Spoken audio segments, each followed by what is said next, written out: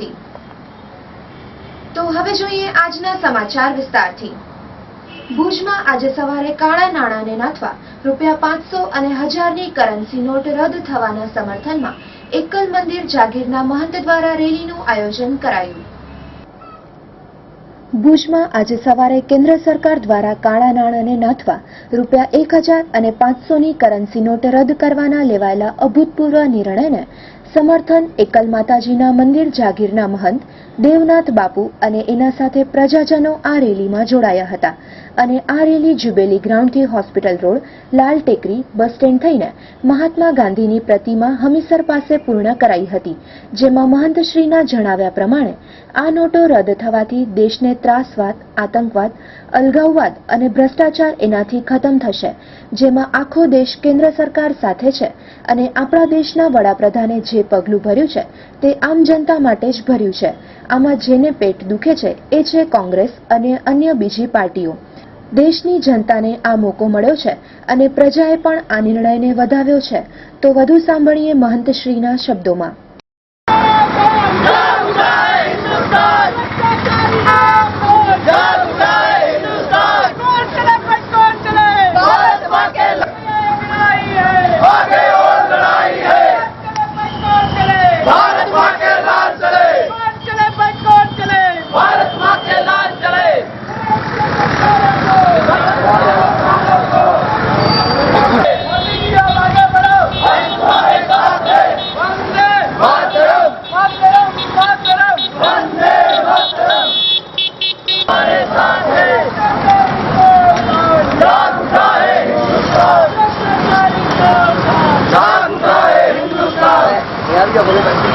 કેન્દ્ર સરકાર દ્વારા 1000 અને 500ની નોટ બંધ કરવામાં આવી છે।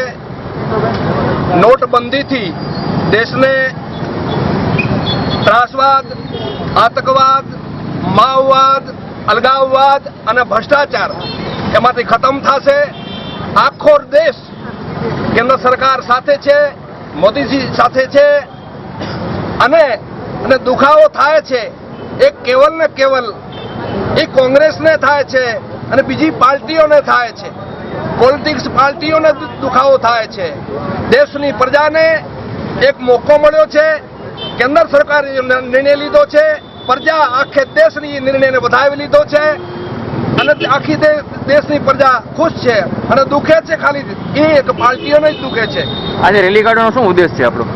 અમે આજે રેલી એટલા માટે કાઢી છે કે દેશની જનતા જાગૃત થાય અને કેન્દ્ર સરકારનો જે નિર્ણય છે, મોદી સાહેબનો નિર્ણય છે એને સપોર્ટ કરે અને જો નેગેટિવિટી ફેલાવે છે દેશમાં એ પાર્ટીઓને પણ અમે કહીએ છીએ કે તમે કાળા ચોર છો, તમારા પાસે કાળો છે, કોંગ્રેસ પાર્ટી પાસે કાળા નાણાં છે એટલે એને બળતરા થાય છે અને જાગૃતિ આવે એટલા માટે